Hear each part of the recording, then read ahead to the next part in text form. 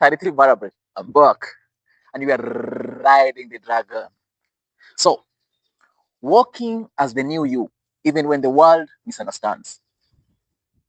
Not many people are going to get you because the new person that you are is a certain kind of frequency that only a few people are able to connect to.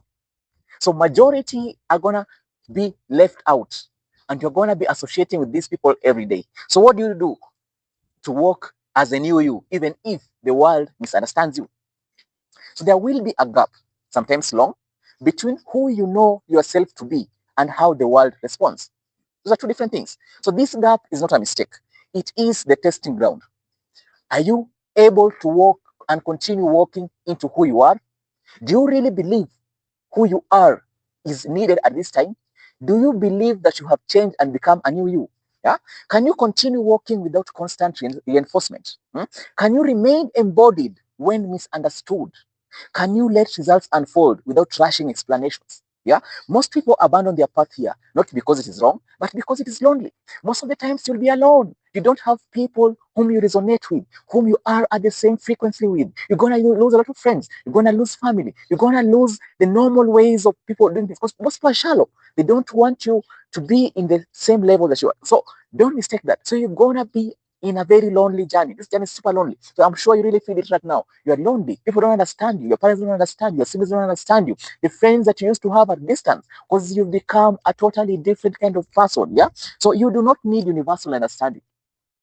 You do not need to have an explanation for everything you do.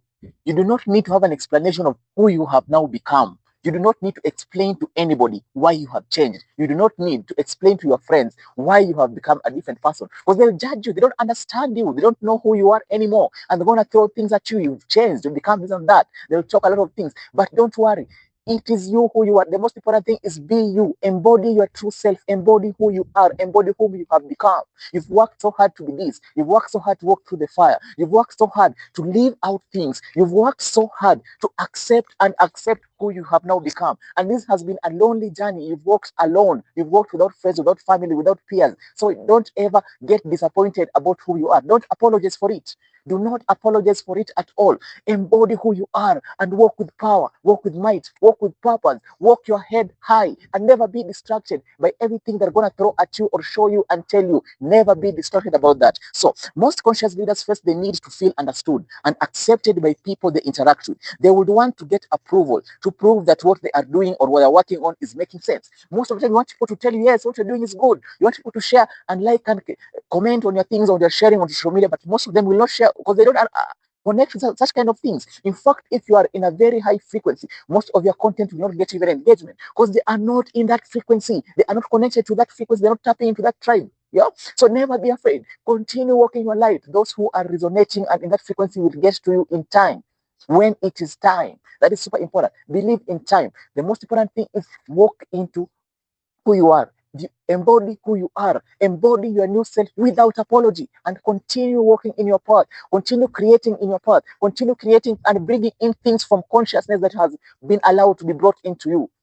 33 variable. That is super, super important. However, what you see is for the eyes only. No one else can see what you see. And what you see depends on your trusting that it is coming to fruition.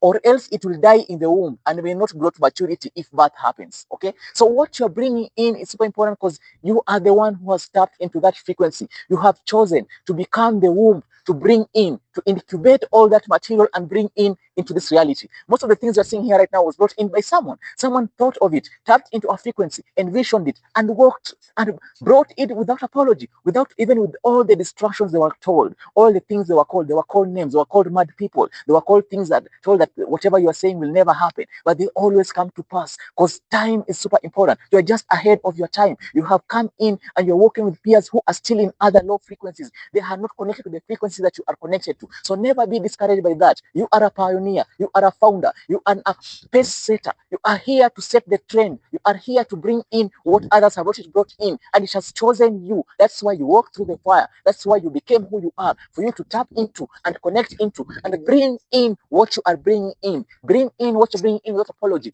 Bring in what you have envisioned, even if it looks different and opposite from what others are used to. It is now your work to bring in, because in time they will realize that what you are doing is making sense, and by then it will be too late for them. 33 vertebrae. Riding the dragon.